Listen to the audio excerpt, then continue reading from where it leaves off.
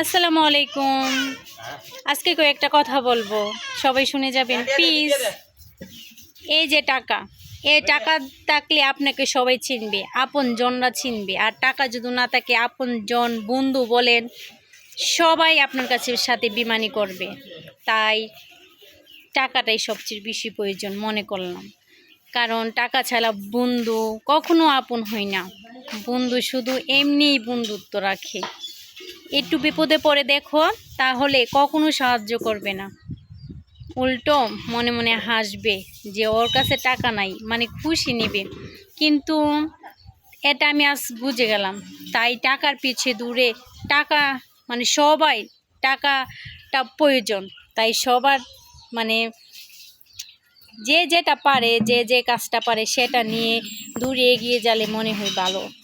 তাহলে জীবনটা সুন্দর হবে। বন্ধুত্বর পিছে না দূরে টাকার পিছে দূরে। জনাব।